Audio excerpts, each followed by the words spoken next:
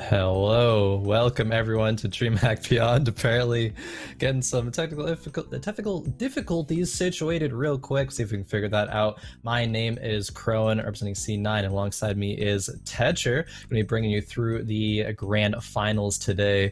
We only have one best of three series. I think that we had expected a third place match, but auction forfeited, so it will go over to the ways of 30k, but we do have Simplicity facing up against Stonk, excuse me. Stonk going to be a lot of members of Onyx. I believe all the members of Onyx, but they are under the name of Stonk. But let's see, Tetcher, are you with us? Are you here? All right, sounds like I'm with you. Feels good. Welcome to DreamHack Beyond and our first community clash qualifier. We're getting ready to head in. Like you say, we have our two grand finalists, both full of CCL players, but only one team going under their CCL name. Both of them had very hard journeys to get here, both going 2-1 in their semi-finals. So should be a pretty hype match heading into this. Oh yeah, definitely. You always gotta say when matches are not just, 2-0s, 3-0s, and they actually go back and forth, that's when you get some real hype Heroes of the Storm action. And you get that when you have teams like Simplicity, facing off against Stonk, but I'm just gonna be so tempted to just call them Onyx for the whole, but I'll try to refrain, try to refer to them as Stonk, because even though they're not having the, the best season when it comes to looking at CCL, there's still a lot of promise in that team, I think. So I want to see how they're going to be able to face up against Simplicity, who are, season 1 CCL champions. They're kind of like, they said in interviews as well that they don't take at the beginning of the season like super hardcore, but they kind of ramp up as the season goes on. But even still, they found themselves to the grand finals here in qualifier number 1. So clearly a still very strong threat. Absolutely. Looks like we're going to have a look at the map view just to tell you where we are going for this game number 1. This is best of 3 all the way through. As you can see, Simplicity, who will be our blue team today, they banned out Alterac Pass and Cursed Hollow. Big global maps in terms of rotations and soaking, whereas we see a little bit more intimate map bannage for Stonk here. They take out Battlefield Viternity and Braxis Holdout, with Stonk taking us to Dragonshire as our first map. All right, that's very interesting. I mean, Dragonshire is going to be a lot of pressure, of course, on the rotations mid to bot, but there's a lot of back and forth and what you're going to draft, right? I guess I'll ask you, Tetcher, do you have any insights or any, ideas as to what you think one of these teams might approach the map? Simplicity, of course, favors macro a lot, but, maybe which team's going to be choosing the globals instead? It's a good question. Simplicity, they do lean on those macro heroes, so globals can be very solid for them. So we do see a lot of times where their offlane Cure will sometimes swap into a Zeratul to give them a little more map rotation. So instead of going for globals, they might rely on that and have the Zeratul in play, and then maybe put Lutano on that Hogger. And have him sometimes be with the 4-man and sometimes offlane. We see a lot of reliance on Leoric for them back in Season 1, but they seem to have moved away from that in Season 2. A big part of this draft is going to be where the Sonya and the Chromie fits. The Chromie for Hosty is absolutely insane, and having pressure on that bot lane is really hard to deal with. So even without those globals, the amount of pressure Simplicity could put on is going to be hard to deal with. So I'm really excited to see how Onyx deal with that. Definitely. You mentioned a key hero, Zeratul, and Cure, of course, being a very, very good Zeratul player. We'll see if that's going to be prioritized, because in the previous, what we can draw from it is, CCL and kind of how teams are drafting there, but still a little bit in these qualifiers as well. But definitely teams are respecting the Cure Zeratul. They're known to ban it. They don't want to deal with it, especially on a map like Dragonshire that can very easily go to the late game, can go to past 20. And yeah, I mean, going to see how teams are dealing with it, because I believe we're about ready to get into the draft, Tetcher, so things are starting to get spicy here. We're heading in, and you mentioned with that late game when it comes to that Zeratul, we're seeing a lot of Cleave Zeratul these days, as opposed to what was Season 1 very popular for CCL, with that Might and Nerazim build, where there's a lot of just single target burst. We're seeing a lot more of that Cleave VP style of Zeratul, which really comes online in that late game with Void Slash and the Shadow Mending at that level 16 and 20 tier to get that cooldown reduction and that sustain. So if we do see Zeratul in play, the longer the game goes on, better it is. For now, normal ban with the Medivh, but the Anubarak is a little bit more unusual. We're seeing it come out a lot more this season, but it's still quite surprising to see it in the ban phase already. Yeah, definitely. I would expect if we're going to see Nubrak ban, it would usually come out in the second ban phase instead. So apparently it looks like Simplicity is just banning out Bad Benny's tank pool specifically, because Bad Benny I know does like to play a lot of Varian, perhaps a Nubrak in there as well, or it's going to be something that counters a key component of their draft. Maybe they are looking to run something like even dare I say like a solo heal Uther that has been seen recently. A Nubrak is a great way to shut that down, assuming there's no good cocoon breakers on the side of Onyx. So I have to see what Simplicity has in mind as this draft does get underway. Of course, on the side of STONK, the bans were Medivh and Lucio. Lucio not being too much of a surprise. Lucio very strong support at this point. It is going to be Uther coming up with Simplicity, actually. So they can still run that if they want to in that main support role, or they can run it in a more main tank role. They've got that flexibility there, especially as the fact that Mei, who has been very popular this season, has been left open. But because they do pick up that Uther early, they give over Hogger, who could have a pretty reasonable time up in that top lane or bot lane if they go for the 1-3-1 rotation, and they steal that Chromie away from Hosty. So they've really got some pressure onto the map here. Yeah, STONK getting a lot of very priority picks. Like, sure, if you're Simplicity, you prioritize the Uther, but you're giving up such powerful stuff in the draft. What can they complement with those is my question. Sure, Cassia, Hosty playing that, going to be super strong, one of the best DPS picks, and a Stukov already. So already the committal to the double support play style. The name of the game is really going to be how much can we support Cassia, how much can we support Hosty, and just let him pop off as the game goes through. You might have one spicy pick coming in here. Uther can still come out as the tank, and maybe have an offlaner and then a kind of flex pick. There still could be a Zeratul coming out because STONK has not chosen to ban it. Instead, it's the Rexar. So wanting to have the top lane dominance. I suspect the top lane for Simplicity could be D.Va, but there's still other options as well. Sonya is still available. I think with that Rexar ban, it might be STONK actually planning on maybe running the Sonya themselves in that 1-3-1 situation, with Rexar being the go-to counter for Sonya these days, and they could really just try and choke out that tank, that offlane pool for Simplicity, and try and force them with heroes like Malthael, who have a reasonable matchup for a little squishier against Chromie. For now, it's just going to be the Diablo ban out, with Chromie already on the board. That is an insane burst build, and if Uther isn't on point with that armor or that D-shield, perhaps, if they go that route, then a Diablo would be a really good way to set up the very early kills with that. Let's see what STONK go for here. Are they going to go with an extra bruiser? They do, but it's Dahaka, not Sonya here. Yeah, they get the global pressure. They allow Hogger to play the bottom lane, as you were referring to earlier. Dahaka is solid in a lot of matchups in the top lane. Still can get countered by a couple of picks. We'll see if those actually come to fruition. But Deckard being the support choice of STONK means that they really... I mean, they could draft a tank, they could not draft a tank. I think both are actually viable options there, depending on how, I guess, like, wild they're trying to go in this draft here. I could see arguments for both. Chromie does a lot of damage. I've never really seen her referred to in the hyper carry sense as being the solo damage dealer. So we could see that happen with the standard auto attack build and just commit to just walking at them and hoping they die and let Hogger do the damage. And that wouldn't be so bad because there is a Genji on the board now. So having more just tankiness to deal with him and just remove heroes that he could actually kill could work out in their favor. Because right now they don't actually have a Genji counter until level 30, until level 16 with Deckard Stick of Bonk. Instead, they do go for the Lunara here. So they are going for that double assassin 3-man in the mid lane and just poke down forever with Dahaka in one lane, Hogger in the other. Both of them can be used in that engage role. They both have ways to set up for those assassins. It's a solid draft here for STONK, but that Sonya and that Genji, that is a lot of actual damage output coming out for Simplicity here. Definitely. The Lunara pick makes a lot of sense if we're talking about Chromie being like, can she be the quote-unquote hyper carry solo?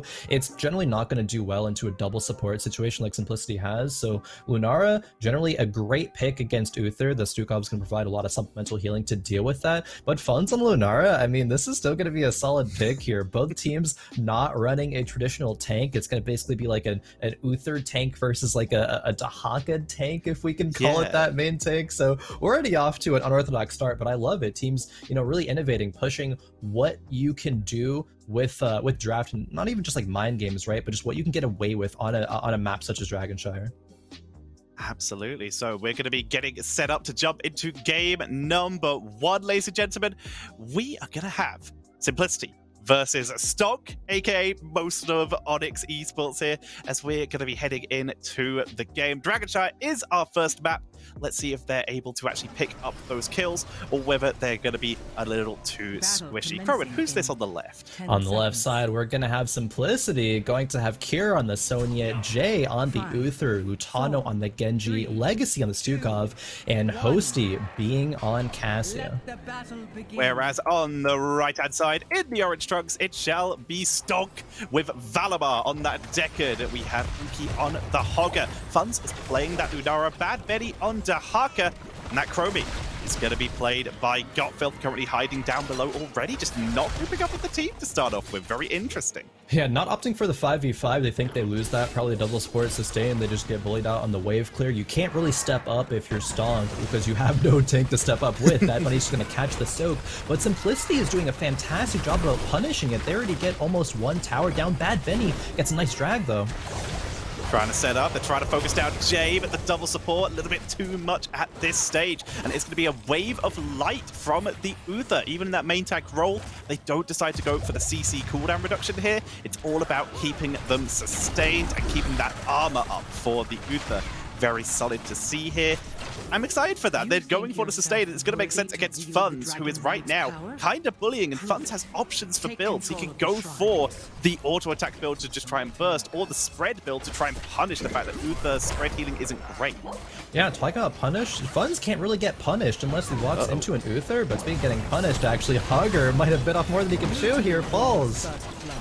That's going to be the cap steal, going over to Simplicity, and the double kill, grabbing Deckard as well, who was desperately trying to put potions in the way of Hogger, but that is the kills. The Fountain in top is going to die here. Funz trying to buy some time, and is actually punished by Lutano. That's another kill, a triple kill before even minute 2 here for Simplicity.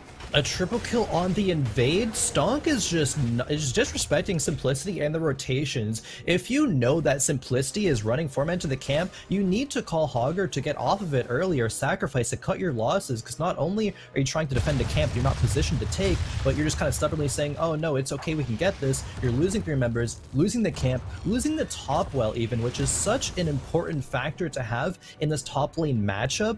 Not having that makes a massive advantage go over to the side of Simplicity and that Sonya. Jay now walking into Bad Benny. Can he get the tongue? No, not necessarily, but still a whole level lead from Simplicity already. They really are so super ahead here. They've got that siege camp that does go over a double channel for STONK. Legacy will interrupt the channel of Valamar, but Funz really putting on the pressure here. Lutano forced to wrap in from behind, and Funz, look at that damage output. He's actually just dunking them here. Valamar chooses to turn around and try and help fight instead of trying to channel one more time, as Lutano drops down, deflect, somehow deflects the poison out of his body, but it's enough time for Sonya to grab back top. Very well played, managing how much time do we need versus how much stall do we actually have. No remember some Simplicity falling, but they did drop very low, of course. And Stonky's using that map pressure, I think, pretty well. They're going to have the top camp pushing in, so he might be able to get a bit of the wall. But in mid lane, though, Jay is going to fall down in the Uther. The Lunara is just too much damage for Simplicity to deal with. And right now, she's got so much sustain as well. She's doing great damage output, and she's gone for that siphoning toxin to keep herself alive as well. A very rare talent to see outside of the burst build, which we can still go into. But Funz using it to sustain through these fights. They zone away, and despite being down 2 kills, Cure is zoned out. The DK goes over to STONK, and Cure barely survives. This is so well played by STONK, given how the fact of that triple kill going over. They recognize what their win condition is, and it really is just Lunara being the hyper carry, stepping up in your face, and it's outputting too much damage. And of course, as I mentioned earlier, there's no main tank, there's nothing to punish it unless you get caught by Uther stun, and that really should never happen. Now, what can STONK do with this Dragon Knight? It's going to be get another kill onto Cure in the middle lane. Jay is going to be running for his life, will be able to escape, but Funz is just getting every single bit of damage that he can, really just pushing Lunara to her limits right now, but they're going to be getting some mid damage top wall as well. They are very rapidly closing this XP gap that seemed pretty insurmountable just a moment ago. Funz has gone for the burst build, by the way, with choking Pollen, so he is just going for full kill potential. Like you say, with that, they've got the XP back. They've caught up in kills a little bit, only 1 kill behind now, and they are back in this. Dragon Knight expires, and the no-health Chromie evens up that kill count after being set up by Benny. Oh man, well played. Benny on the rotation down. Gottfeld lives with a sliver of HP. The scores are pretty even right now, of course, 3-3 in kills. The XP is slightly favoring Simplicity, but not by a large enough margin for it to really matter. The question is now, how are Simplicity going to get the rotations back on their way? Can they afford to make 5-man rotation happens? Jay getting tongued in the mid lane will be able to run away here. Simplicity rotating members to save Jay, but it just looks like Stonk's running away with the map. They have the pressure, of course, heavily in their favor. Holding it together for the moment. Funds getting harassed, getting poked down, but is holding it. He's got the poster shielding now. There's just so much sustain, Chrome, with cams being taken again. Bruiser caps about to come up. This is looking pretty good for Stonk, but Simplicity, once they hit those 10s, they have so much burst. Exactly, I was just about to mention that. What's Simplicity's win condition here? They reach level 10s. Are they going to go a D-Shield Dragon Blade? Is it going to be Genji diving the backline, finding his way onto... Yeah, here we go. Finding his way onto the backline to the Chromie, the Deckard Cain even. And what's the follow-up going to be, right? It's going to be Leap from Sonya, or maybe the Genji's going to be the follow-up after the Sonya, right? Let's see how it plays out here. Pushing forward, going to try and take down Benny. Good body blocks right to lucky up a massive shockwave from Hog, and they're going in 3 versus 4 to try and take it. Leaping strike with the choking pollen to set up, but there's not enough burst. The Stukov with the armor, the Uther with the armor, they just can't get through it yet, and they just didn't have enough damage from Lunara alone. Unfortunately not, and there's actually an adaptation from Bad Benny, but he was body blocked. He was into the Stukov silence, so not able to actually get a burrow off or anything like that to allow adaptation to actually proc. Very well played by Simplicity there. They're strong enough players, expert enough players to recognize those small windows of what they can actually get away with, and they did it right there. Uki is playing with fire. As bot is pushed in, they have moved up to try and steal top Bruiser, but look where Sonya is. She was right there. She doesn't make it. The camp is stolen. That's double Bruiser now in top lane. The spot. The invade comes in. Lunara jumping. Funds with the choking pollen sets it up, and they even bring back Genji. Dashes back. He's trying to juke Garo, and he's trying to get out, chasing him down. Even Uther's coming, but it's too much. D-Shield! Jay with the save. Can they get him out? Benny tries to save the day, but the damage from Chromie snipes him at the end. Expending the D-Shield, and Genji still dying, as well as Jay maybe getting caught here. The rotations are happening. The shockwave comes out.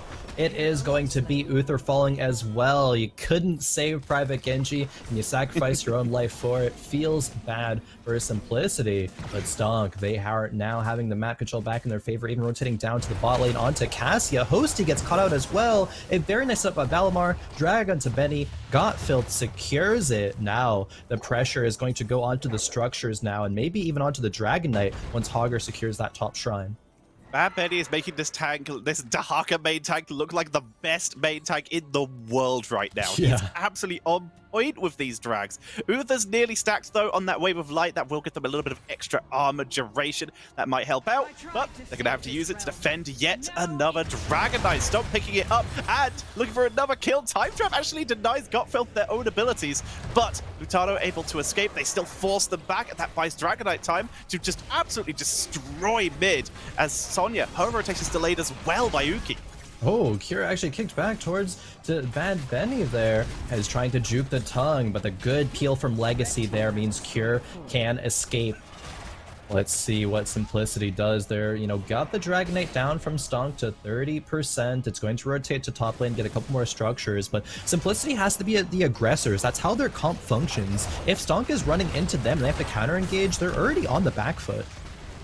They really are. They seem to be struggling at this early stage. More siege can be a good flank by Sonya. D-Shield is dropped. That allows her to go through to stay on and listen. They still give chase, but it gave time for Gottfeld to back up to a safe position and will prevent any kills. The D-Shield looked nice, right? It's like, okay, you prevent the sleep, you let Sonya get in there for free, but what did it actually accomplish? The answer is pretty much nothing. There was not enough kill pressure there because Lutano was up here in the top lane trying to fend against Lunara, but that's going to be a losing matchup there for Genji being already chunked out. Means that more resources from Simplicity once again were expended at not a very high reward there. The XP is still even, sure, but it looks like Stonk is kind of running away with the pacing of this game, and that's going to be key, because if the pacing and the momentum can keep going in Stonk's favor, Simplicity won't really have any opportunities to bring it back around. But I mean, as long as it is even, If Simplicity does find one good fight, and if it's explosive, they can still get a DK and turn the map back in their favor. You're 100% right. The wombo potential they have could be great, and they now have that Uther well met as well. So if they can get Uther onto that Lunara, she jumps in, they could still get that damage reduction and turn these fights around. Cure clearing out the lane for now. Both teams, though, neither one falling into the traps, just playing safe. Traps are set and traps are avoided. Groby gets vision on the Stucco as they retreat. Yeah, 16's on the horizon for both teams now. I think that's when Simplicity is going to be a bit more, I guess, willing to try to look for fights. STONK is playing kind of safe right now, as you mentioned, but, you know, Simplicity is looking for it. Their positioning is kind of like on STONK's half of the map, but STONK is just playing so well around it. They do find Bad Benny, though, forced to burrow immediately. Focusing down Bad Benny, he's trying to get out, he's popped his adaptation, drags a minion, doesn't find the target he wants, but he's still getting that armor reduction. Leap onto the background, gonna try and take out Chromie, but the temporal loop pulls her back. Lutano chases deep, gets slipped! Godfield gets the fountain, turns it round, Lutano is popped by the poison! That's the first kill in this game. Uther's taken out as well. Legacy trying to keep Stukov alive, but there's nothing left. What a shove! Hogger is in Austria right now, trying to bounce away, but is kind of stuck. Benny chasing all the way down to keep him alive, but STONK 2-0, trying to make it 3. They're still looking for Hosty. The stick of bonk is dropped, and that gives time for Funds to rotate in, and Hosty is chased down. Counter kill. Counter kill, actually. Hosty, I thought he was staying around a bit too long, but no, actually punishing STONK. Funds is on the run now. Hosty narrowly dodging out Godfield's combo, but there's a Hogger, Hog Wild in. Zuki gonna be able to find Hosty here. Godfield as well, the time loop comes back, not even gonna need it, maybe, but no, Hosty's still alive. How's Hosty alive? Here comes the Hog Wild Ball Lightning. It's the trade, and Hogger escapes. The Cassia lives. Uh-oh. Cure's in the wrong place for Uki. Or is he? Fantastic kill, but Uki's definitely going to die here. Nowhere to go. Fonz is trapped too. They're both going down, but the delay. Dragonite is picked up by Bad Benny. STONK was all over the place there. You gotta be questioning like what they were calling in their comms, because they really were just trying to go for 3 things at once. It's like, okay, let's try to chase these members of Simplicity. No, let's get the DK. No, let's chase the Sonya down. And sure, you get the Sonya kill, but you trade 4 members of your life. Now they get the DK, but they can't accomplish actually anything with it. They're just forced to retreat. It's gonna be there just to buy time for the members to res, but they could have gotten so much more of an advantage there with how dominant the start of that fight was looking. Exactly, they can't make anything happen with this. This turned from guaranteed that bottom 4 and maybe a keep into denying Simplicity value. Getting this Dragon Knight after losing those kills, all it does here is stop Simplicity getting it while the team respawns so they don't get their own forts pushed in. But overall, that was looking so good and fell apart so quickly. With both teams on level 16 now, you got that percentage damage for Sonya, and that's going to make it so much harder for this Dahaka and Hogger. Simplicity really got away with that one. That's kind of like my takeaway from that last fight. Usually it's not able to happen like that, with 2 members falling so rapidly, but props to Simplicity for recognizing their win conditions. It's not easy to say we can actually turn this into 3v5, but they managed to do it. So STONK has to be a bit more careful, a bit more respectful perhaps, going forward to Simplicity in the future. The question now is, what is Simplicity going to be able to do? Because they do have a lot of mercs pressuring in the bottom. They are in a position where they can be the aggressors here. Bad Bunny's looking to step forward, get a drag onto Uther, and he does. It's a good drag, but they can't seem to turn it into a kill. Gottfeld is getting focused. Leap onto Decken. Here comes Dragon Blade with D-Shield trying to take out Valimar. He's got armor. He's got shield. He's tanky. Decken main tank. Able to stay alive. It's Genji, the only person to dive in this fight so far as Hogger rolls in. That is a very dead Legacy. He's trying to stay alive, but there's just too much DPS. And Benny, another drag with the elongated tongue. Hosty's taken out, and STONK tear through this fight. Benny really clutched there. Not only does the tongue secure the kill on Genji, but also saves Funds or anybody else in the backline from being pressured. Once again, STONK is on the winning side of a team fight, but they're making this one look a lot more clean than the last. Cured the only remaining member, and he's not going to be able to turn anything here. STONK is just pushing down the middle lane. Shrines activate in 20 seconds. What's the play right now? They're looking for the keep at least, if not the game. They're posturing very aggressively as if they do want to go for the game. Genji respawns in 5 seconds. The loop comes out, though. There's the drag. Perfectly timed. There is no more Sonya. Uki gets stunned by the core, though. Taken out by the double keep. He stepped in core range. Top still getting pushed in by bruises, but that ends up being a 1-for-1, but it's a big death stagger for the members of Simplicity. That's huge, actually. That means when the rest of the members of Simplicity spawn besides Sonya, it's going to be a 4v4. Can Stonk get the Dragon Knight right now before members of Simplicity are able to contest it? It looks like it. Lunar is running into the top lane. Chromie is already waiting to capture the Dragon Knight, but the Dragon Knight's going to be hard-pressed to, get another keep. Sonya's respawning about 15 seconds before Hogger, and Hogger still has to traverse the whole map, right? That's another like 10-15 seconds of just time that's wasted there. That Hogger death is actually very impactful. It allows Simplicity to get to level 20s and be able to nullify pretty much anything that this DK can do. It's already taken about 20% health. So much work for them to do here. We're going to see Funds porting back in top lane. Another stun on Betty, but the team's so split without Sonya. They can't make anything happen with this. Both teams now at level 20. The delay from Simplicity, it works out. They hold together. They now have infinite ball lightning. That cooldown reduction means that these fights, if they last as long as they have been, Hosty might be picking up some kills. Level 20 here for both teams, right? The Genji does now have the Dragon Becomes Me, but the Genji is really the only one in the backline of these fights. The Sonya isn't there, and that's why Genji fell in the last team fight. They got, that Tank Deckard came and the Chromie down so low, but there was no one else to finish the kill. The Cassia Ball Lightning is not going to really be enough because she's usually stuck on the front line. Bad Benny is doing a great job of preventing the rest of the members from actually getting back there to Stonk's backline, but 5v5 once again. The Dragon Knight's gonna go down in 13 seconds if not to the HP, and yeah, looks like it's just gonna be dancing around here. They're saying, all right, the game's pretty even, but Stonk feeling very good knowing that they have won the last team fights pretty decisively. They really have, and we have to look at how they're going to do in the next ones. We have that double temporal loop stuck in a loop to just guarantee these kills. Respect the elderly if they can catch Genji in it. That is a very dead Genji without Divine Shield. That is a solid pickup by the Decane there now with the Staff of Bonk, aka the Heradric Staff, and the Stay a While and Listen. Respect the elderly. It's a good counter to Genji. But Uther committing, not for group D shields, because the team's not staying grouped. Divine Protection, 50 armor coming in for Uther, and an extra half a second duration. This could be the burst protection to keep them alive against the Lunara and this Chromie. It definitely could be. Double support didn't seem to be enough, so why don't we get that armor up a little bit, and maybe that'll be the difference. It very well could be.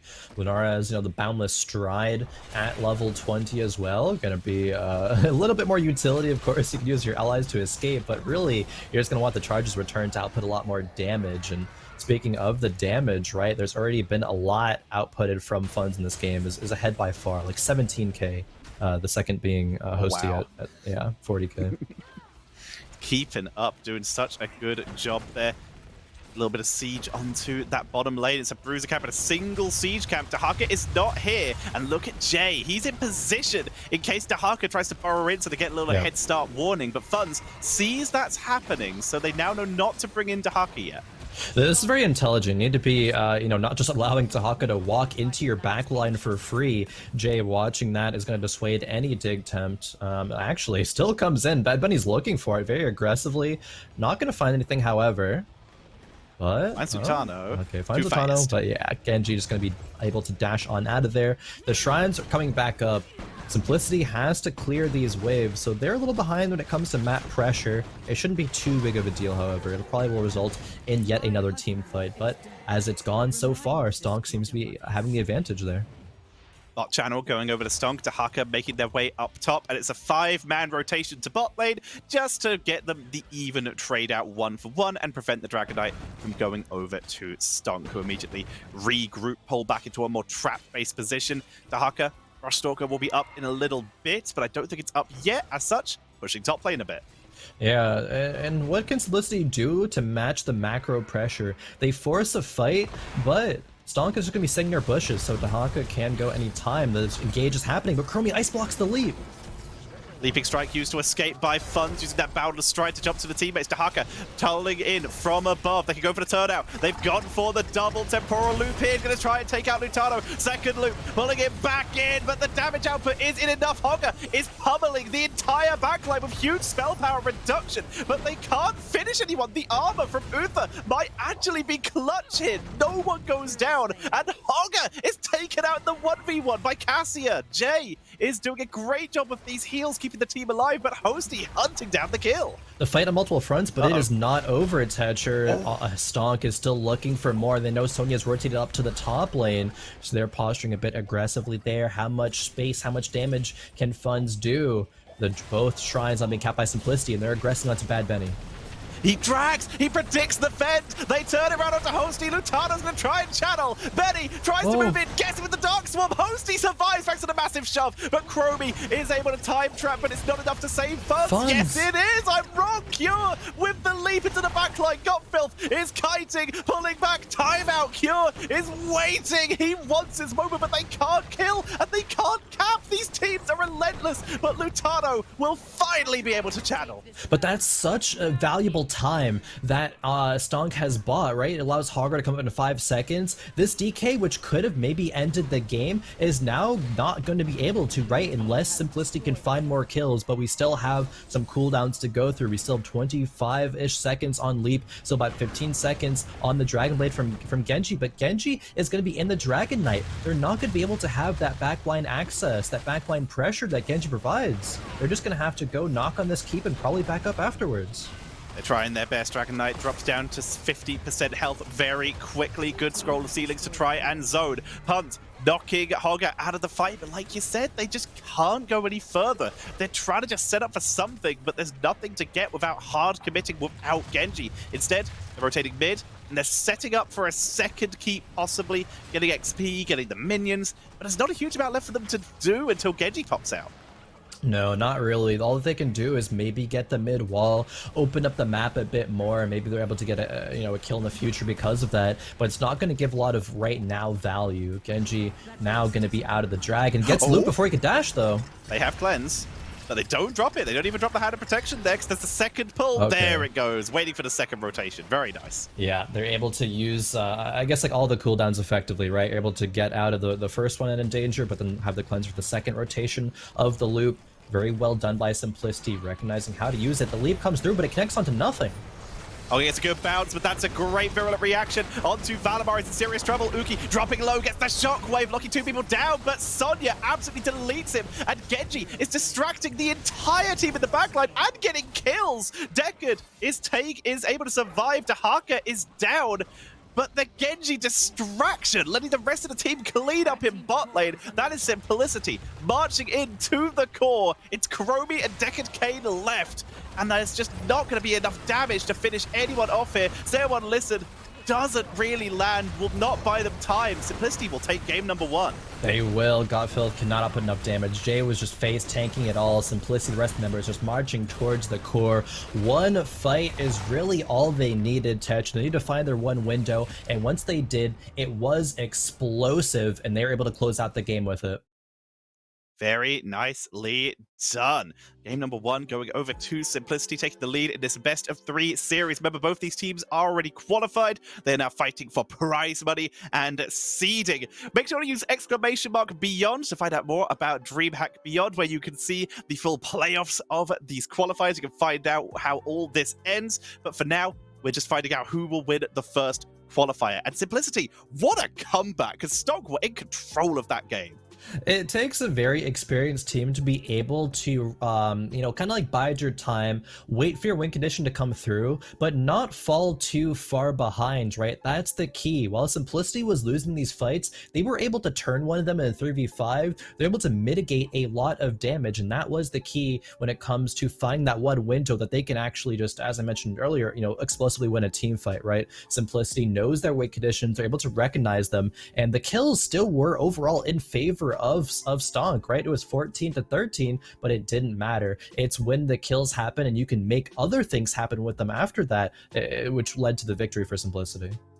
Absolutely. And you look at the big part of that game, you compare the soak for the two teams. The two offlaners for the side of Onyx here, Bad Betty 17k and Hogger 16k, whereas we still had 16k for the Genji on the side of Simplicity, but Cure was able to get 26,000 experience. He spent a lot of time clearing out those lanes and just macroing to keep them in the game while they were losing. And as such, levels ended pretty even, but all of those late game fights were pretty even. Level 20 was hit just a little bit later for Simplicity, but they delayed enough time to get it.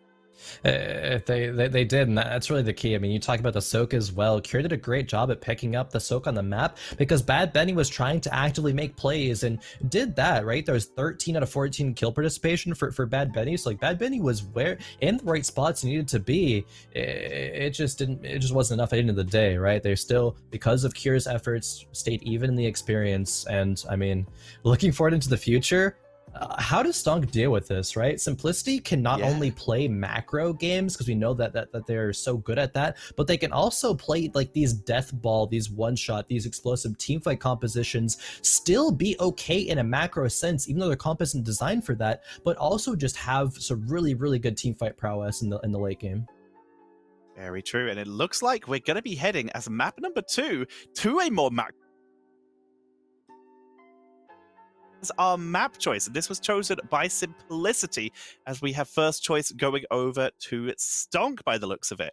So they left it over to Simplicity, and Simplicity opted for macro. But we've already seen Benny main tag Dahaka. This is a great map for globals, soaking and split pushing those other bell towers to get that fort control and get those extra shots is a huge deal here. And as such, offlane, this might be the map where offlane is the most important outside of maybe some of the 2-lane maps. Oh yeah, definitely. Offlane super important on this map. I mean, just rotations happening, thinking about the Dahaka and the globals, right? I'm just like flashback to, you know, my old HGC days and Towers of Doom being one of my favorite maps. It's like what the top laner is able to accomplish is actually insane, but it's pretty hard to actually recognize like what exact value is going to be there. If the top laner is able to get just like a 5-second head start in the rotation, means that you can, you know, steal an enemy pumpkin camp in the bottom lane, and if you get that bottom bell tower converted over to your side, as long as you hold that, that's pretty much just a game win right there, as long as you play pretty methodically from there on out. And it is going to, as you mentioned, come a lot of kind of like impact into what that soul lane is able to accomplish.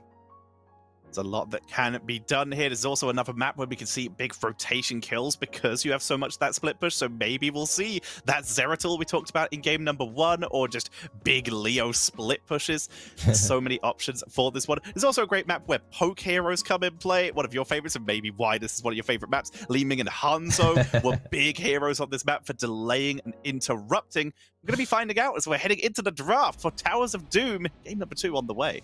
Yeah, let's see. I'm not sure that Li Ming or Hanzo, maybe Hanzo can be drafted. Li Ming not so much nowadays, unfortunately, but that's still okay. The meta has shifted enough from years back. But thinking of that, right, what is going to be the priority picks? Are we going to see more Medivh bans, or are we going to see more double support, right? Because that seemed to work out pretty well for Simplicity, even though it's not generally their style of play, right? They're still able to make it work out very, very well. What can STONK recognize as, hey, this is what we need to improve? How can they draft, right? Is it maybe more of a standard tank? Because thinking back to the first game's bans, Simplicity banned out Anubarak and Varian away from Bad Benny. We'll have to see. Taking those away would be solid. We're going to start with that Varian again. Yeah. Second time we're seeing that. That is it's still a rarer ban, but he's actually seeing a lot more play these days, and definitely by Benny and Cattle especially have been playing a lot of Varian. Definitely so. Benny, I mean, once you think about Varian, right, you think about kill comps, it's just we're running into whatever we can hit, taunt it, a lot of follow-up damage, like, say, with Chromie that they drafted in the last game, and it's very self-explanatory, very front to back. It's hard to mess that draft up. It is easier for a draft to go wrong if you don't have that, I guess, like, methodical, like, you know what this tank is going to do, especially when it comes into that Dahaka, right? Dahaka has a lot less, I guess, telegraphed windows, that the drags aren't always going to be there. You have to walk up, you have no real mobility, and if you dig behind, you have to be, you know, thinking about the other team being out of position already. The bans are mostly the same, but there is an Uther ban for STONK. They don't want that to go over for the side of Simplicity. Jay played a very good Uther game, but they do leave Medivh open, however. They do leave Medivh open, but it's not going to be picked up yet. We are going to see the Mei as the first pick for Simplicity here. That's being played by Jay, the tank player for this series. Mei is very solid, and they've removed one of the biggest counters to it, that Varian. Really easy lockdown. Uther's also very good against Varian as well. The ability to just try and cleanse out his engages and give armor anytime anyone engages. It's a solid idea, but for now, that's just going to give STONK the opportunity to get these big high priority picks. That Cassia for the potential hyper carry, and Hogger for that offlane or the 4-man in theory if they did want to go double bruiser again. So it seems like the priority from STONK here is just gonna make Simplicity change it up, right? We started with banning the Uther, but now it's gonna continue with taking the Cassia away from Hosty. And they're gonna force Simplicity onto maybe some unfamiliar territory, but Simplicity is so well versed that they're probably not going to be on unfamiliar territory, right? They do pick the Brewing and the Zeratul here, and I'm already so worried for STONK and how they're going to be able to deal with this. Towers of Doom is usually going to go to pretty late games, right? You can't just like rush to the core. You have to wait for the bell towers and the shots to come through, and that gives Zeratul a lot of key time. And with how well Simplicity can traditionally play the macro sense, this Zeratul, I guarantee you, will get so much value over the course of this game. It's going to do so much work. The ability to blow up the Chromie would have been great for that as well. If we are going for that Cleave Zeratul, then a potential VP setup for Chromie would have been insane. So a great ban out here from STONK. What do we see in exchange for Simplicity? They have that Zeratul on the board. They've already banned out the Varian, one of the best counters, and they have the Brightwing themselves. What else could really help deal with that Zeratul? Well, I mean, maybe an Abathur plus, say, something like a Valera. I mean, Gotfill does play a mean Valera, and Abathur is a really good Zeratul counter. It's like stealth v stealth, right? But the Abathur hat means you de-stealth Zeratul, you just win that fight. It might not have been what was on Stonk's mind, but it was an option. So I do give Simplicity, you know, some good props to you know, crediting Stonk and what they're able to actually counter it with. However, maybe we do see an actual tank pick come through, but first we're seeing the support with Stukov, and okay, we'll be an actual tank with Diablo. Diablo gives them so much burst here. They've got Cassia and Hogger, and now Diablo for burst. Stukov can follow up relatively well. We sometimes see low blow, but not very often. Yeah. That extra little burst from the level 1 is so insane. Having that extra insta heal is pretty good. Now for Simplicity, with Zeratul on the board, they now need some ranged heroes, something to actually start dealing with that Diablo. Tychus is still available. They're going to go with Zul Jin, stacking long-term, and Junkrat to give them that extra macro and wave clear. Do they need more macro, I suppose, is the question on my mind, with them having... I mean, I guess they want to free up Zeratul and Breving to be able to do whatever they please. May, of course, leading the charge there as well. So Junkrat makes sense as a pick, but generally in recent, I guess, months, at least North American teams have been not as willing to pick a Junkrat. I think Junkrat's a fantastic pick on a few specific maps. I wouldn't be sure I'd lump Towers of Doom onto that map, but we know that from this last pick, Maiev, Stonk is very death-bally. How can Simplicity split up the comp of Stonk is really going to be the question on my mind. Very much so. They need to check. The Junkrat could help with that. We could see maybe a full concussion mine build to go for the cooldown reduction there and try and disengage with that. That could give them some sustained Brightwing. There is a cleanse-based build where you get the cooldown reduction with auto attacks that they could try and lead into. But overall, they have to do all of that while letting Zul Jin stack. And this is a triple front line, but you gotta get those stacks up in order to get that extra range of Zul Jin and keep him viable. It's actually so hard to get the stacks. If Hosty mispositions even slightly throughout literally the course of the whole game, boom, there's already a Maiev on top of you, there's a Diablo shadow charge, and you're just punished, right? Hosty is going to have his work cut out for him this game. The Zul Jin pick, it's very risky, I guess. I'll just say that one, definitely. And Simplicity just has the weaker early game draft, so they're gonna be behind most likely as long as Stonk finds these windows. They're able to use their aggressive early game to their advantage. We're going to be heading into the game. This is map number 2. It's Towers of Doom. Simplicity up 1-0. Let's see if they can close this out with Simplicity on the left-hand side. Hosty on that Zul Jin. Jay on May. Lutado on Junkrat. Legacy is playing the Brightwing. And Cure is on his patented Zeratul, which is going to be Cleave built. It will be. And over on the red side, we're going to have Stonk. We're going to have Bad Benny on the Diablo, Funds on the Maiev, Got Filth on the Cassia, Zuki on the Hogger, and Valimar rounding it out on the Stukov. Let's get this going. So we've already mentioned we are seeing that Cleave build Zeratul. Nicest memento for the Maiev, so just going for a little bit of extra AoE in the fight. And we talked about that Maiev earlier. Which ult do you think it could be? She could either isolate, but if she went for the Warden's Cage, There's a Diablo here. Cassia AoE's reasonably good. Yeah. Hogger could try control. They've got Lurking Arm. They could have a really good Warden's Cage. In my mind, it's almost always Warden's Cage here, but I can see arguments for both, right? The main threat is going to be how can we lock down the squishy backliners from Simplicity, and those are going to be Zul'jin, there's going to be Junkrat. If you place on a Warden's Cage, if Junkrat tries to leap out of it, he's going to get yoinked back to the middle, and boom, no escape right there, which means that once the rest of your team's able to come forward, you can clean them up fairly easily. It seems like Warden's Cage, but once again, we still could get value from both.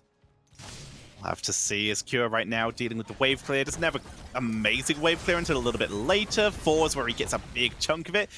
Diablo using Mei to rotate there. Benny makes his way back to mid lane to soak.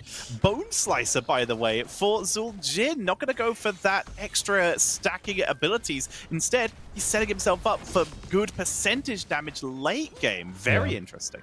Consistent damage, Zul'jin. This is a very safe build, and I agree with it. It's going to be very hard to stack into STONK's team. However, Simplicity is doing a very good job, and technically they're kind of getting away with one here, able to invade STONK's camp. Tries to punish a little bit with funds in the Maiev there, but not really going to result in anything. There's already 3 sappers taking out 1 tower, 3 more sappers on the way. The Hogger was not freed up to deal with it. Now that Bad Bunny rotation comes down, they can probably clear the rest of these pumpkins, but see what happens here. Bad Bunny walking forward so far into Lutano. He's very angry, but Jay is able to disengage it, and as such, Bad Benny takes a lot of damage on the way through. Benny, by the way, not going for a full burst build. He is expecting big AoE fights on long period fights. He's going for that Souls to the Flame, a Firestorm-based build, which is very sustaining. They're going to use it to try and dive Hosty deep here. Lurking Arm and Blizzard shuts them down for a bit, but they still chase. The phase shift from Legacy saves the day. It was like sub 10 HP. It looked like it was there for Hosty. The phase shift coming in at exactly the right moment, but this is the aggression that's going to be good for STONK, but they need to be able to peel the Diablo out of here, just taking a lot of free damage. Funds comes in, but doesn't find purchase onto anybody, pulls Lutano in, but the fight's pretty much already over. Simplicity, really good recognizing the windows of when they can counter engage, because they're going to be very few and far between, so capitalizing on them is very crucial. The 1v1 in the top lane still just going to be the Hogger versus Zeratul, but Hogger going to be able to have a pretty good time in that matchup. Now with the first Shrine phases coming through, or the cap's going to go. So we see Diablo grab their side. Zeratul is going to grab their side despite Hogger and Diablo rotating up. There was a chance they could brawl each other. I mean, this is currently a 3 versus 3 down here in this bottom lane. Hosty trading a bit of damage with funds, but comes out a little bit negative for them. Diablo rotating from behind, looks for Hosty. Great polymorph though. Is it enough? Oh, Hosty with a bit of a speed boost there. Bad Bunny can't find anything. Legacy, great job at anchoring, and that's the difference between Legacy positioning in the bottom side of the lane towards the top side of the lane, and that was really the key difference. Hosty still getting very low though. Bad Bunny not having a charge to come through, but it looks like STONK will be able to get this cap with that rotation. STONK taking the early lead, but no kills yet. We see that Firestorm build still continuing in for Diablo with that Eternal Flames.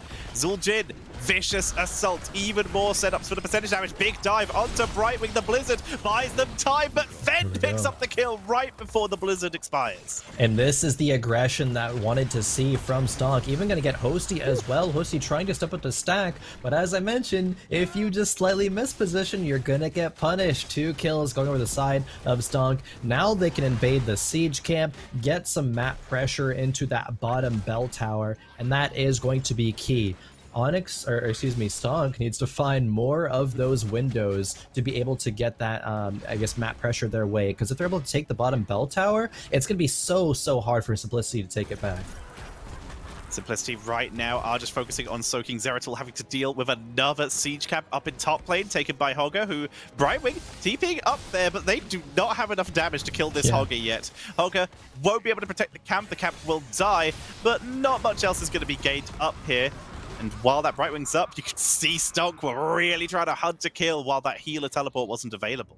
Using your one and only global just to be able to clear a camp does not feel good if you're Simplicity. It feels like you're just very much in response mode and not making any proactive plays, but STONK is. They're proactively trying to find Hosty, but he will be posturing over to safety. The full wall is down, and STONK is going to be on the cusp of level 10s.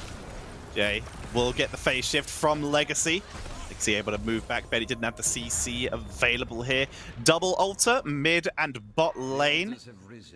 And the offlaners just keep doing offlane things, but again, we're seeing the value of Hogger has a little bit more self-sustain here. A little bit. Level 10's come through, and it will be Warden's Cage for the Maiev, so our questions have been answered. I mean, Hortapult for the Hogger as well. Everything else pretty standard. I mean, Lightning Breath for Diablo, I guess, not the APOC. That's one that could go either way. A lot of damage coming through that Brightwing will not be able to heal up in time often.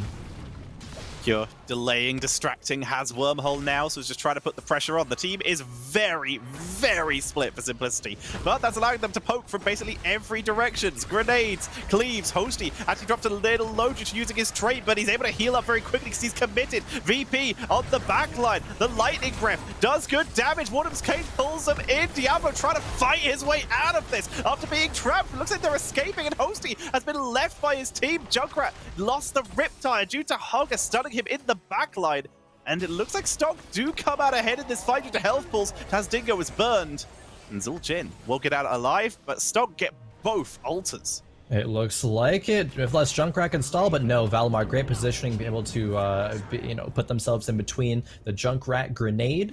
Means the cap does go over there. It's already a pretty large deficit, right? 36-24 shots. Simplicity, once again, they scale. They have the Zeratul, but can they get to that point? The VP from that last fight, it looked great. You found Cassia and Stukov stacking on each other, which usually shouldn't happen, but you weren't even able to get anything off of it, right? There was no pressure that could go forward onto Maiev or Diablo. Speaking of pressure, STONK looking at pressure in this siege camp, but won't be able to steal it. We'll just kind of watch it go Simplicity's way and look to clear it out once it gets to their side of the map. Yeah, they needed that Riptire, but it was delayed and interrupted by Junkrat. They're not going to have huge burst damage until Zeratul gets that Void Slash in. He's pretty much all reliant on himself for big AoE damage for now. Whereas Zul'jin focused on just trying to stack up. He's at 16. He's not doing bad as they chase down Maiev. Fuds over the wall, very barely makes it out. Yeah, Simplicity using the windows of 3v4s, but actually the turnaround onto Hosty, there was no Tazdingo, means he's taken out pretty quickly there. Cure trying to make something happen. Knows funds is low, Wormhole's back, but now has to be a bit careful. Bad Benny looking for it. The pumpkins were cleared, but there still is one more left. It's like Whoa, the auto from Brightwing finishes that off. Alter up in the top lane. Cure getting chased down by Uki. The fantastic bounce rotation. This could, in theory, be a one-for-one trade, and it's one that Simplicity desperately need. 24-36 right now. 24-36, 13's about to be achieved for STONK. Getting that little bit, a few seconds advantage will perhaps be impactful. Looks like the teams are just going to be okay for a one-for-one trade, and the pressure is going to remain in this bottom lane. As soon as the siege camps come up, especially for Simplicity, I expect STONK will be able to be ready to 5-man rotate, but we'll have to see. They're just trying to find Windows opportunity. Maiev goes in, can't find anything though. Good Brightwing Poly to dissuade that aggression. Will force him to back up. Zul'jin now picking up that eye of Zul'jin, that move speed, going to make him a little bit harder to pin down. We're seeing Shroud of a Dune, sorry, not a Zune, going in for the Zeratul here, so going for a little bit of burst protection against that Diablo and that Hogger instead of auto attack sustain. He doesn't want to stay in auto range with Hogger. Yeah, you can get punched very easily. If you ever blink in on Zeratul and you just get Diablo wall stunned, you can get bursted out. So having that bit of burst protection, I think, is correct from Kira here. Yuki forced to hug wild on out. STONK is looking for aggression, but Simplicity is doing good at staying together and dissuading that. They have the tools, right? They have Brightwing Poly, they have Junkrat grenades, they have Mei as well. They just be a body, be a wall, and create a physical wall, actually. Not for another 30 seconds, however. It will be on cooldown for now. Another great poly saving them again, as we saw the engage attempt onto Legacy and onto Jay, who was trying to zone away. But STONK, they have control of this bottom lane. They are 5-man pushing it in, looking to try and set up the first bell tower. Stun onto Benny, though, to try to focus him down. VP on the backline. Again, Warden's Cage traps the entire backline. Hosty trying to deal with Uki, but doesn't have that percentage damage yet. Can't kill anyone. They just don't have the DPS, Crower. There's going to be a retreat forced by Cure. Retreat forced by Kier. Bet Bunny is waiting for the wormhole, but Kier actually said, I'm not going to take it. Now the Brightwing port coming through. Fun's going low. Kier's going to go aggressive. Got Filth is going down on the other side. Kier picks up one. Can the trade kill happen? It's not looking like it. This is finally what they've been looking for. Hogger is dueling Zeratul in the bot lane as Valimar chased down, barely survives. Hogger is still down there, hiding out, trying to find a way to get away. They get the poly. Hosty comes in, auto 1, 2, 3, picks up the kill. And Simplicity will finally get an altar that STONK can't get. They found their win condition, and that is splitting the members of STONK. They thriving in chaos right now. Even with Zeratul not achieving level 16s, they still just have too much that Stukov cannot heal in multiple fronts, right? The Zeratul VP is not really acting as an engage tool. It's just a reset button right now, but that's the reset button that they needed. Simplicity playing that super well. They're going to be able to get about a half a level ahead, and when the game goes longer, it's just going to go more and more in the favor of Simplicity. So they have bought themselves a very key team fight and a lot of time to get to that point where they want to be. 8 shots behind, not bad. 2 altars with a triple altar phase coming up. They could, in theory, get themselves very close to back in it or take the lead if they're able to get a triple cap here. There's that Void Slash for Zeratul, though, and another big power spike here. Yeah. That No Mercy for Zul'jin. 2% auto, 2% max health damage, and ignoring armor. That is going to be huge here. Oh, speaking of huge, Simplicity finds a huge pick onto Maiev in the middle lane. Out a bit too far. Good Brightwing poly there from Legacy means there's no escape option. And the tunnels are opening now. Thought that was going to be the altars, but not quite yet. Maiev will be up in time. STONK will be able to get level 16s, but what do they do with this window? They look towards the bottom bell tower. Legacy, however, according to the top lane, we're going to see the engage onto Junkrat, who is not able to get out. The camp was secured. It has been top played by the Brightwing Zeratul. It's going to be a trade for a camp, though. That's a great kill with the lightning breath, able to chase down that Junkrat. Yeah, a great kill as well, because altars are coming up. It means that STONK will be able to at least get 2, if not more, depending on where they split their forces and how much space that Zeratul can create. Very nicely done. Let's see what they can do. Legacy is just going to utilize that global and will take their team's top. And with Jay zoned out so effectively, this is just going to be, like you said, the 2-for-1. The 2-for-1 does come through. STONK looking for more on the bottom side. Hosty giving a respectable distance, given that they are only 4 members. Cure, however, not being quite as respectable, might get punished. The Ice Wall catches 2. Ooh. The VP catches more. Blizzard is timed well. Massive stun. Zeratul's doing huge damage, but has no health left. Wormhole's back in and is finally taken out, but traded out for Stukov as Hosty is cleaning up. He's fully stacked, looking for Funz, who teleports out. Predicted by the Riptire. Funz is so low. 1 auto will finish the job. He's chased down, and that's going to be the kill by Jay. 2-for-1 in favor of Simplicity. The 4v5 VP turn resulted in 1-for-1, but still enough damage came through for Junkrat to be able to come in and clean up. Everything said and done, it is a 2-in-1. A lot of hype action there, not really resulting in any game-changing occurrences, but even still, that one member is still impactful. It provides Simplicity the time to be able to take both of these siege camps and probably be the first bot lane bell tower conversion of the game. And they're going to try and set that up. This will be the first bell tower conversion of the game. In any of the lanes, Ice Wall, they're going to try and set this up for a kill. Blizzard, a little bit early. Concussion Mine, though, pulls in Gottfeld. They try to focus them down, but Benny created enough space to protect Gottfeld there on that Cassia. But now with the second set of sappers coming in, can they secure this bell tower? Like you said, they're getting zoned pretty hard. Looks like this will be a yes with just a little bit more hero damage. The Maiev spawning, going through the mid lane teleport there, has a flank angle. STONK may look for this fight here. Yeah, right now. Tether onto Cure, Lightning Breath focusing down, and the ball Lightning absolutely destroys Cure, but Hosty, he's stacked, baby! He chunk as he focuses them down. Riptire to buy them some time on Benny, gets a big chunk of damage. Blink Heal, keeping Hosty alive, and the Tether denied there. They can't find it, but they still get the kill onto Zul'jin on the backline. Jay is trying to protect the rest of the team, trying to create a gap to allow them to focus them down. They do, they split funds away and take out Uki. That's going to be a 2-for-2 there. A 3-for-2, but Diablo came back, I believe, because the souls, goes into the mid lane. It's going to dissuade Simplicity, the Brightwing, from coming back for the cap. STONK now utilizing that very, very well. It was such a back and forth kind of awkward team fight. It was a great job done by Funds there with the Maiev flank to burst out Cure before he could really do anything. But the Zul'jin, the power of Hosty on the Zul'jin, I mean, he likes that hero for a reason, right? Be able to pump out so much damage when I didn't think he was able to get away with that. Yeah, he was able to take it to a very long fight, and with that extra sustain and the damage reduction from debilitating flames, was able to hold pretty well in that fight. They also have Super Strain for some CC healing on that Stukov as well, which is giving them so much burst sustain. They're just tanking through as hard as they can. And now with 20s online for Simplicity and a full level away for STONK here, what can Simplicity make happen, or will they lose Cure? Oh. What a blink, well timed. A blink in the nick of time. If it was a couple frames later, Cure would have been caught there, but still, 8 shots inside of Simplicity. They have, however, reached their power spike. This is the time where Zeratul is gonna probably like either 1v9 and win the game, or if Maiev or Diablo gets a good catch, just fall and provide no value. But the 1v9, all the pressure's on, all eyes on Zeratul for this next team fight. Cure already looking, leading the charge, but ooh, good shot by Valimar there actually. That was very well timed.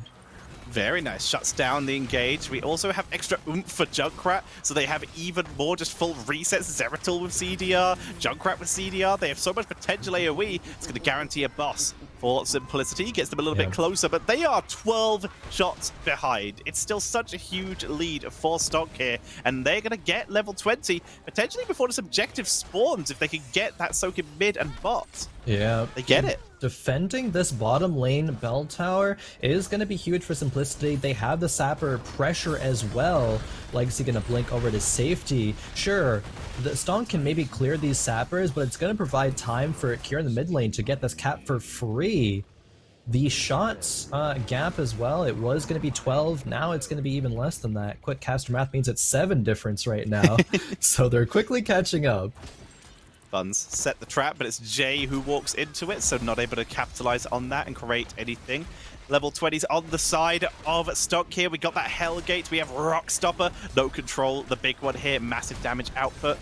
See what they can do is right now it is just the siege of bottom lane as STONK try to take back their bell tower, and Zeratul continues to macro. He's not needed down here. He doesn't need to be here for this defense, just the fight. So he's just making sure his team is able to extend their lead a bit. Yeah, all 5 members of STONK being down here means that Cure actually can be down here and match it as well. They don't need to be doing anything. Simplicity doesn't need to make any missteps. As long as they sit under their bell tower, under this fort, and protect it, that's kind of all they're required to do at this point. They can continue this continual pressure with the Sappers coming through, force STONK to be here. Funds once again looking for a bit of a flank. Holds it. That's a good ice wall. Shuts them down. Diablo taken out. That was a great trap here. And with that, STONK are now in a rough defense, but they still go in, taking out Junkrat immediately. But the total mayhem, it misses thanks to the VP. The Sappers make their way in, but Zeratul is cleaving through. No control, trying to buy them some time. Funds is barely alive. Hogger is trying everything he can. That is one of the longest range massive shoves I've ever seen. May goes all the way to bot lane, but it's still 2 for 1 in favor of Simplicity. They don't have lethal, but they are getting real close now. Very worth it. Perhaps Simplicity is going to look for some bell tower conversions. They would need to create both, right? Only getting 1 would mean 12 shots go through. That would still leave STONK at 1. Cure, though, Cure's being such a menace right now. Cure is no longer afraid, right? That level 20 shadow mending, that 60% spell damage healing coming through means that Cure can be very self-sufficient. And even if he's not, there's always the threat of that Brewing Port coming through to save him. They've gotten to the point of the game, which is very well in their favor. 3 shots means that 1 set of Sappers could spell the game end for STONK.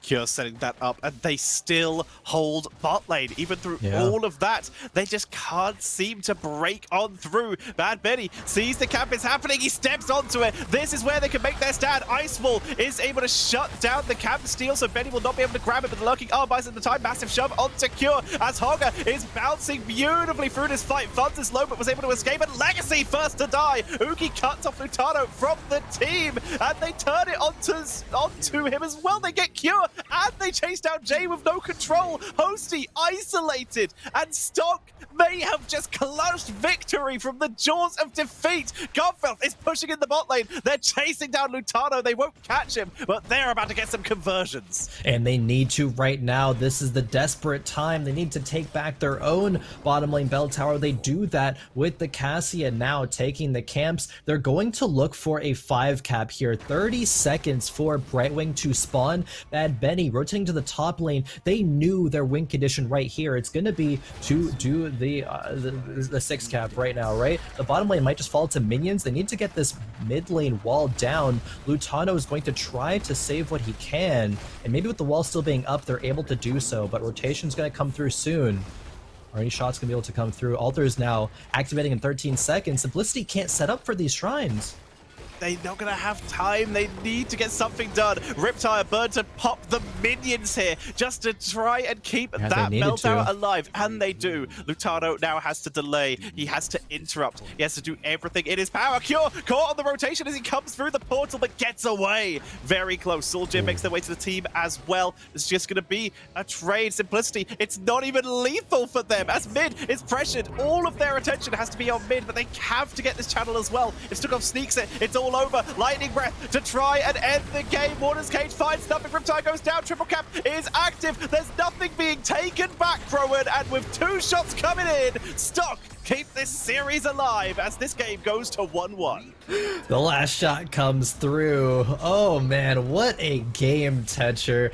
The STONK recognized the recognition at the end. It's we can actually just int for this bell tower, and as long as the conversion comes over, there's no way Simplicity take the towers back in time. 2 shots will come through guaranteed. Very, very well played. Not playing for the altar cap there because they didn't need to, but this series will go to a game 3, and it is hype right now. They're on both sides, right? There is moments of greatness from the side of STONK. Bad Benny and Fun's really on the Maiev. I think both of them, the pressure was on them to create active plays, right? Be in the driver's seat, be aggressive, and they did that. They punished Kira, they punished Hosey at multiple steps of the game, right? Simplicity stayed on in there, they scaled up, they macroed, but man, just such a good approach to the last sequence of events there from STONK, recognizing that they can win that fight and recognizing what the win condition was afterwards. They really turned that round, like you said. The second they got that cap with Stukov, they worked out what they needed to do. And Simplicity, they had one counter win condition, and that was kill everyone. But you've got a Diablo with Soul Shield coming in there, and a Cassie with Rock Stopper. There was just too much sustain. They couldn't burst them down. What a back and forth game. STONK did have control for a lot of it, but Simplicity, fantastic comeback. So nearly made it through. They got to that late game power spike. By the way, Zul'jin, despite having though a little bit of trouble, did eventually get stacked. 100,000 siege damage. The next highest was Cassia with 75k. Hosty really did get the output of DPS that game. He really did, and I'm very impressed with Hosty's ability to do so under these circumstances, right? It's going to require such an innate sense of where STONK is as 5 on the map at the whole time, right? Because one rotation could mean that Hosty can get punished and the map just snowballs out of control. But Hosty find the windows to stack up, do as much damage as he needed, and trust that his team's gonna be able to peel for him, right? And that happened in a couple of key team fights with Jay on the Mei with some walls. Actually, every single member, right, was able to peel for Hosty in some capacity. You have the Junkrat Riptire, had the Cure Void Prison, the Jay on Mei with the walls, and then of course Legacy just being the support, right? There was all members to allow Hosty to be able to do that much damage. It wasn't enough, unfortunately, but it was just narrowly not enough. It was so close. It really was such an intense back and forth in the end. We do have our next map, by the way, and we're finally moving away from some of those larger macro maps. We are going into Tomb of the Spider Queen. And it looks like this was selected by STONK, meaning that Simplicity opted for first pick this time. Very interesting. See if they can utilize that to make their way back in. should be an intense matchup. It's a smaller map with very heavy emphasis on more team-based rotations as opposed to the last map where there was a lot of focus on that offlane. Definitely. It's so funny. Whenever Simplicity is in a position where they are picking first pick, enemy teams will usually pick like the smallest map possible, right? The Tomb of the Spider Queens. They don't want Simplicity to be able to out macro them on a large extent on these maps, say like Sky Temple or like a Cursed Hollow or something. It's like, you can't take Simplicity there and be in the favored, I guess, favored side of things there. So I like the map pick from STONK. But still, the aggression seemed to work out for them. They just need to refine it a little bit better and close out these games in a more dominant fashion like they did in that last one. But it did get, a little back and forth there at the end. Very much so. And that's actually both games where STONK has actually been in the lead for most of the game, both times, but it is the late game Simplicity seems to have a lot of control over. As we're going to head into the draft, let's see how this map differs. We have a lot of focus on those rotations. There's a couple heroes who are about to get nerfed as well, who get really good value on this map. Sonya's always solid on basically every map. It's a reasonable map for Hogger, but we also could see heroes like Asmodan who could get some pressure going. It's not one of his better maps because the big maps where he can split push is always solid too. Definitely so. It looks like the same bans from Simplicity are going to come through. I wouldn't imagine the variant would be let through, especially onto a small map such as Tomb, which means that Simplicity is very confident in their game plan, right? They're confident what they're bringing to the table. They think, I basically think that Simplicity's mindset is that they can just outplay, out-mechanically team fight any other team in the late game, and they weren't able to do it the last game, though, which maybe they're a little bit too confident. Possibly. We'll have to see if they adjust their style for that. Go for something maybe a little bit more early game pressure. We do head in variant already taken out, like you said. No surprise there. And I also wouldn't be surprised to see Lucio removed here. It's been a very predictable ban face, but that would leave Chromie up for potentially Simplicity to steal away. We know Hosty's Chromie is very tough to deal with. Very much so. Hosty has a lot of picks that are very hard to deal with, Medivh as well being one of them. So the Lucio is left up and available. Tetcher, is it going to be first picked for Legacy? Let's see Lucio. Here. It will be. Yep, there it is. you gotta do that flip, that toss up. Do you get the Lucio or do you get the Chromie or maybe like a Sonya or a Hogger? Looks like in this case, the Lucio with high five these days is so insane. And even if you pick it and your opponents pick something that counters high five, there's nothing wrong with going sound barrier, and sometimes it is still the right choice. It's very rare that you're going to struggle picking up Lucio as a response.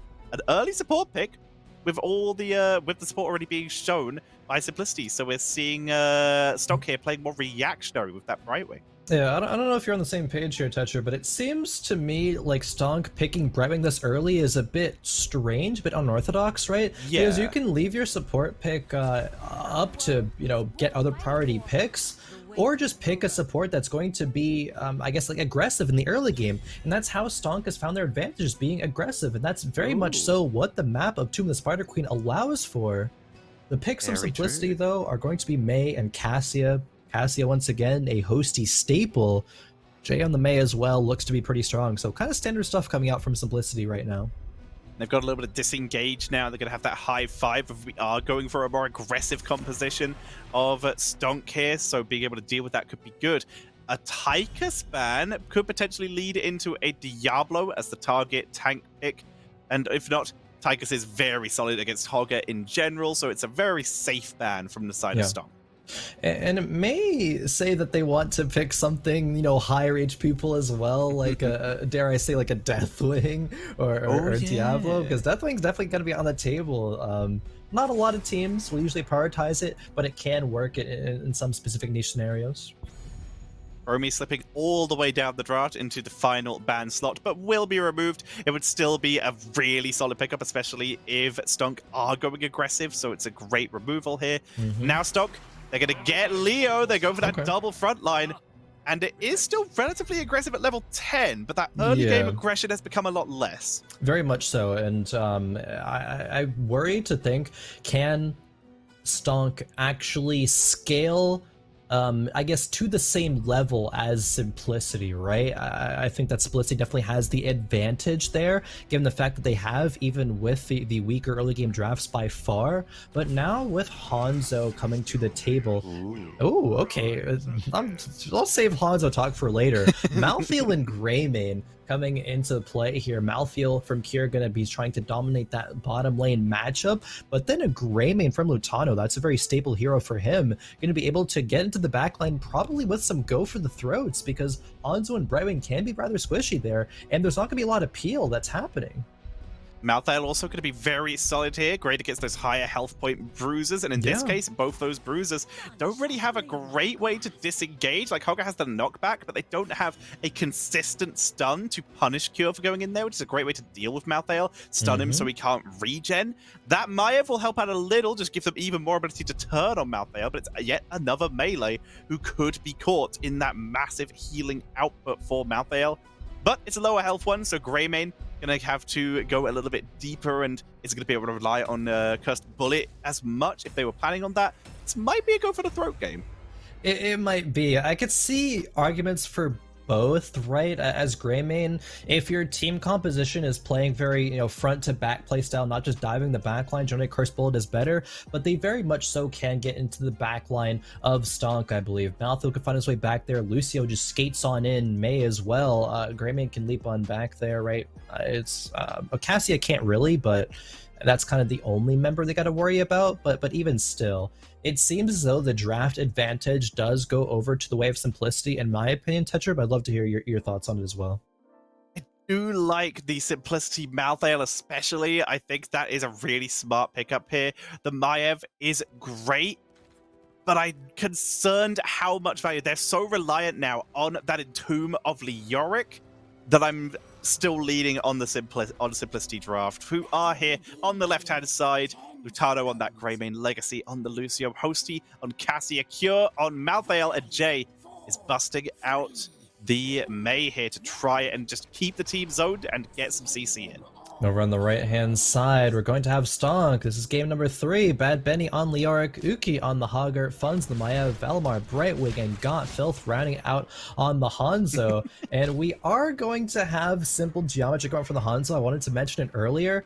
Tomb is not an amazing map from Hanzo, but like you mentioned before, the level 10s are really where this draft from Stonk is going to come online. What value can you find out of Entombs and Dragon Arrows, and the Maiev damage output is going to be huge. Funds has to get so much value on this pick. So much aggression coming out from Simplicity here as they put the aggro on, already forcing Betty back as best as they can. There is also a small chance we could see that Dragon Strike coming in for Gotfield with both a Warden's Cage potentially and an Entomb, but that extra CC, which they are a bit lax on, might be more useful as Cure is able to juke away Funds. But both teams really chasing kills at this early stage. Definitely, they're trying to play for this early game lead, and finally Simplicity is doing that as well. The aggression in the top lane right now, Cure absorbing aggression in the bottom lane, that's a very key job of an offlaner always, is how well you can absorb that pressure. Hosty now going to take over bot lane responsibilities while Cure does the bruisers, but he's kind of low here. Should be able to take this down. Legacy rotating over. Oh, the reset happened. Oh well, it does. I mean, it's very impactful actually losing those few seconds, because not only is it just take longer to get the siege camp or get the bruiser camp taken, but it forces the team to have to rotate over as well, which you're going to be losing priority in the top lane and the mid lane as well. So it's just impactful all around. Yeah, Cure, they're trying to use the vision to juggle aggro so he could get a couple more drains in from his Q, but he just did one too many. When you leash a cap 3 times, it fully resets immediately, including all the health outside of any that have already died. That's so unlucky. They will, however, clear up. They put a lot more effort into wave clearing than their opponents did, so actually their cap is going to push, while Stonk, they don't actually get any actual building damage done with theirs because they were on the siege camp. No, but STONK is going to have the arc rotate over and clear it up. Lutano sure gets a bit of siege damage, but that's generally what happens on these maps where bruiser camps meet into one lane. It's going to be the team that caps their second that generally gets the counter push, right, and gets some actual structure damage. During that, though, it's not like STONK just let it happen. They did get the bottom lane sieges, and that's going to be doing a little bit of siege damage, but more so just forcing Simplicity to rotate. Got Filth, leaps over the wall to safety. Lutano is low, though, is in danger. Tano rolls away, slowed down by Benny. DreamHack comes in. Legacy tries to boop away, but is unable to do so. We'll be able to pick up all the gems, but that was very nicely done by STONK there. That's first blood in this game. Brightwing, by the way, going for Dream Shot, able to utilize that to help chase down that kill a bit.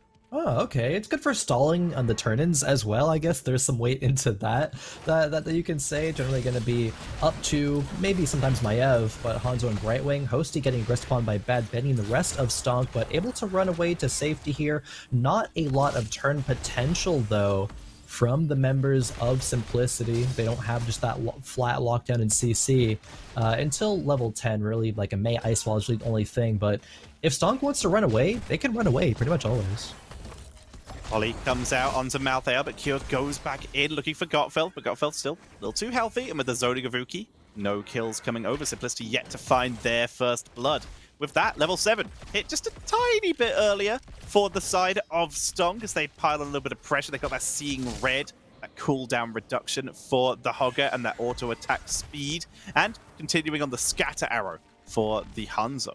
Yeah, the question is what's Greymane going to be, and okay, it is going to be the attack range, not going to be Wisdom, not trying to stack up more damage. They trust that with a Greymane, a Cassie, and a Malthael, enough damage is going to come through, and I probably agree with that, to be honest. Hanzo providing a bit of extra wave clear as well, got the explosive arrows at level 4. Yuki getting pressured by Hosty and Cure, though. Brightwing Port comes through, but on the wrong side of the map for now. Anti-heal came out before the Brightwing TP came in, and that's such Uki unable to get away. That touch of death from Cure, setting that kill up beautifully. And as such, Simplicity find their first kill, but it is the turn-in for the members of STONK. That's gonna be good for STONK. They can not let that kill snowball out of their control. Sure, they get this turn in and they might not get a lot of value out of it, but as long as they can come up at least even or slightly ahead in XP, that's gonna be a win for them in that scenario. Augur is going to be spawning now, is going to be coming back, and they get a little bit of pressure. Valimar is porting actually down to the bottom lane, maybe pressuring down the Malthael. It will be. Tether comes out. Cure. Yeah, too much to sustain out there with that Malthael. Did attempt it though. Yeah, good global presence from the Brightwing means that they actually get some value in the bottom lane. They're going to force Simplicity to have to rotate members, but Yuki doing a good job of actually protecting that rotation, right? Going to stun Legacy into the wall, half health him, force some cooldowns, force some mana out, and that's going to be pretty impactful, actually. Legacy even eats the Dark Wave there, so he's going to be kept a little bit lower on health. Blizzard comes in, but Jay unable to find the full setup. Tether is active there. You can see the glow on the weapon of funds, but he was unable to actually activate it. So it's just he's just going to have to be really careful when he uses his next auto. Very much so. Level 10s on the horizon for both teams. STONK going to be a bit faster to there as soon as they clear out the rest of this wave. Yeah, achieved right now, and it will, like you predicted, Tetcher, be Dragon Strike. Complementing not the Warden's Cage, but the Entomb seems to be enough. Let's see what kind of value it can get. Nice sidestep by Funds, teleporting out. There comes the containment disc onto Lucio here. Dragon Strike to set up for him, but Lucio immediately high-fives out. Entomb is dropped, but Lucio jumps through it with the kickoff as Bad Benny gets last strike. We see the cryostasis from Jay trying to stay alive, tethered back in, but they just don't have enough damage to finish him off. He gets out with less than 100 health, which is quickly healed up by Legacy. Yeah, a bit too awkward of an engage there. I can see what STONK is going for, right? They have a containment disc to isolate one target. You Dragon Strike it, then you Entomb it, you have the Hogger Shockwave as well to follow up, but it was just a bit too awkward there. I can see that it could go their way in subsequent team fights, however. They just need to, I guess, get the fight engagement on their terms, and not with the Maiev having to use it just to survive, right?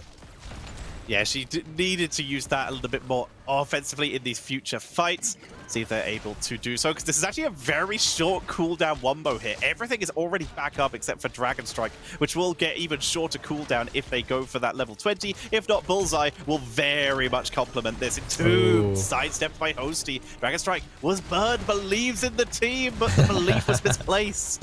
Hey, I respect it. If your tank is saying, I'm gonna go for this here, you just trust, right? You hate your abilities. If it doesn't work out, sure, whatever, on to the next time. But that trust at least is nice to see, because it needs to happen if these kills are to be converted in the future. Absolutely, you can't wait. Yeah, no, you really can't. It has to. It feels so awkward when you see the two miss and the Dragon Strike is like, okay, that got actually zero value, but sure, has to happen, right? Bad Benny though, getting chunked out. Lutano did go Curse Bullet actually.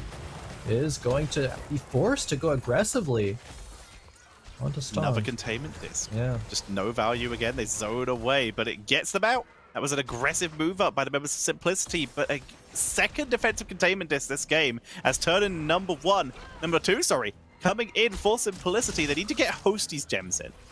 Soon. They need to get Hosty's gems in. They're rotating to the bottom side. Both teams are looking for some wave clear funds, looking for some aggression. Jay doing a great job at walking forward, but again, the Entomb comes out, so does the Dragon Strike, and it does not connect, as well as Simplicity getting a turn in and getting the kill onto Yuki to start things off. Bad Benny forced to retreat as well. Already 1-0 in this team fight, have Web Weavers going their way. This is going to open up the map in a huge way for Simplicity. Simplicity are playing so aggressively here. They're really making it work. Exactly what we said we were looking for, finding those kills.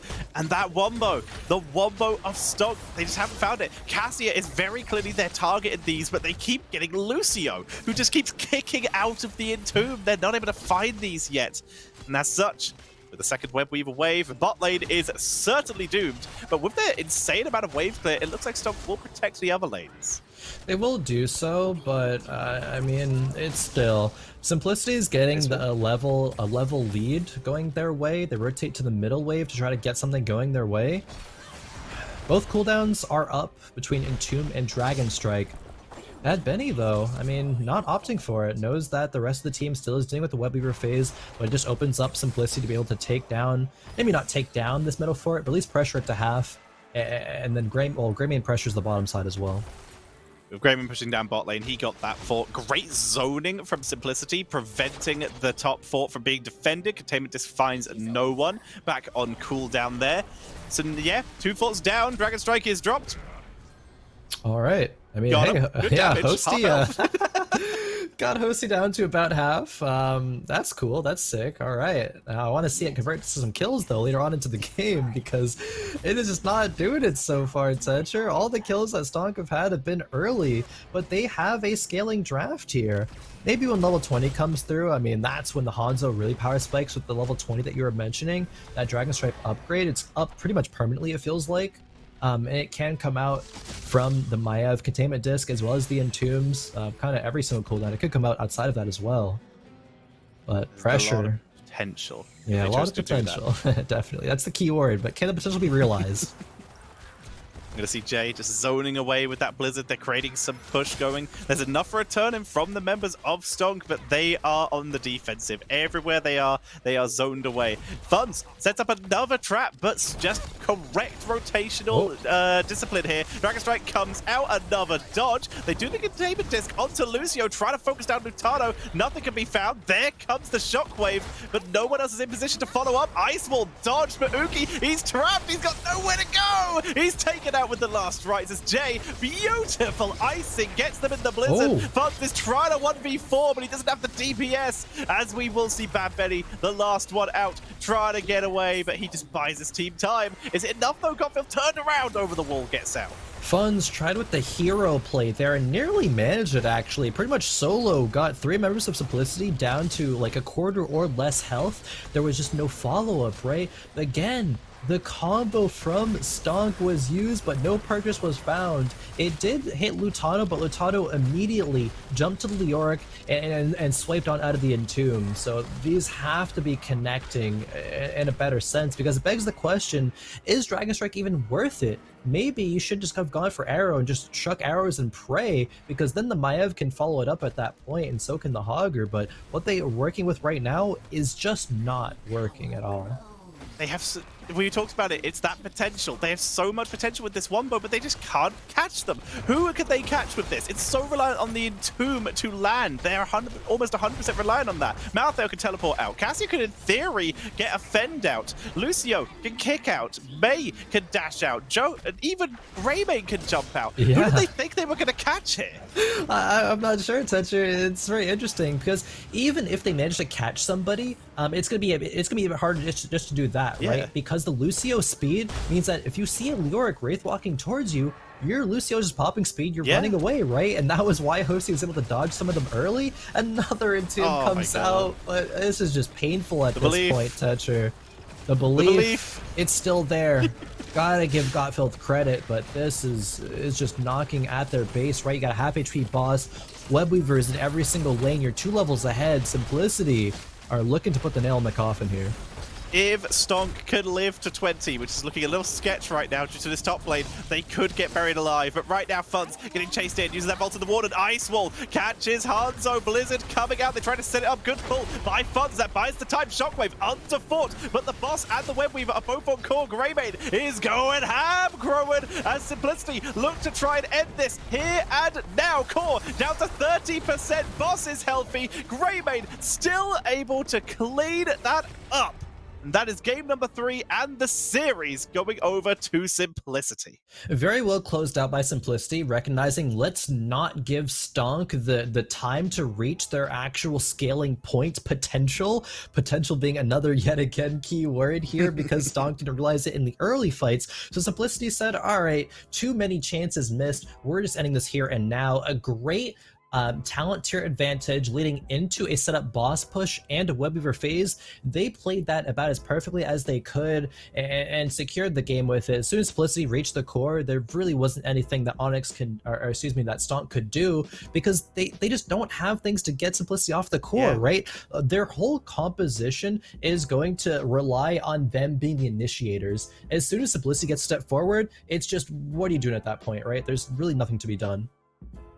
There was a cool idea, and you look at it, and the idea behind it is, like we called it, just landing that Entomb. Lucio can't cleanse terrain. That is basically the big idea here. It's like Deathwing. Entomb works quite well against Deathwing because he's not unstoppable against a wall.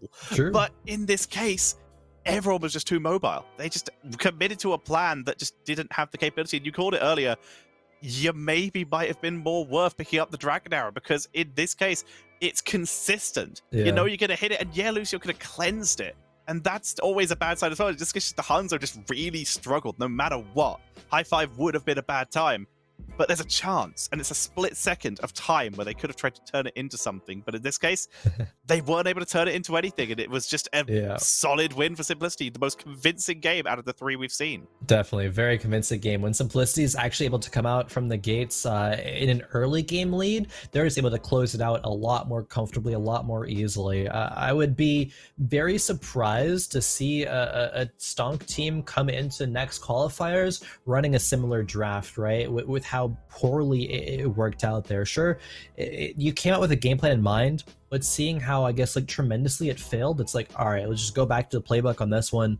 Really just got to think of something else for some drafts in the future. They really do. And there is a chance for them to come back. Even though both these teams are qualified, they can come back for the future qualifiers. Make sure to once again use !beyond to find out more info there. And !bracket, you can see the journey all these teams took to get to this point. But for now, both these teams are qualified for the actual DreamHack Beyond event as well, where they will play in for that big prize pot. Words are hard. Don't use them. You wouldn't want to use them as a caster, but there's still so many of these qualifiers to go, and I'm very excited to see how these teams continue to grow and evolve and maybe mix up their strategies a bit. I'd love to see a different iteration of that STONK strategy, or perhaps just the same strategy against a different team, against a different hero lineup. Yeah, definitely. The potential is there, Tetcher. They need to find somewhere where they can actually realize it. And will they be satisfied until that point? Who's gonna say, right? Do they abandon it too early? Is it not enough? I mean, I guess we'll find out perhaps next time. But it's great that there's a lot more qualifiers and leads up to that big event, because for one, it's just great to see competitive Heroes of the Storm, right? We have some of the best players in Heroes of the Storm competing here, and we get to see what they can bring out, right? There was exciting games. It was pretty back and forth, and STONK, while they made it to the grand finals, right? Like, we can't discredit that. They went through a pretty hard bracket. They went through some they're qualified, right, for the main event, and they can still come back in the future. Even though Simplicity seems to be kind of like the final boss at this point. We'll see if that happens next time. They do, but we've seen the Simplicity are beatable. They've lost several maps to get here. They lost against 30k. They lost against STONK in this series. In CCL last week, they lost to Wildheart. They're not unbeatable. They're just one of the strongest, and they keep showing it. They keep showing that potential. We keep saying potential. It's the word of the stream. Keyword of the day. Keyword of the day. Today's stream is brought to you by the word potential. Oh dear, but it was a great series.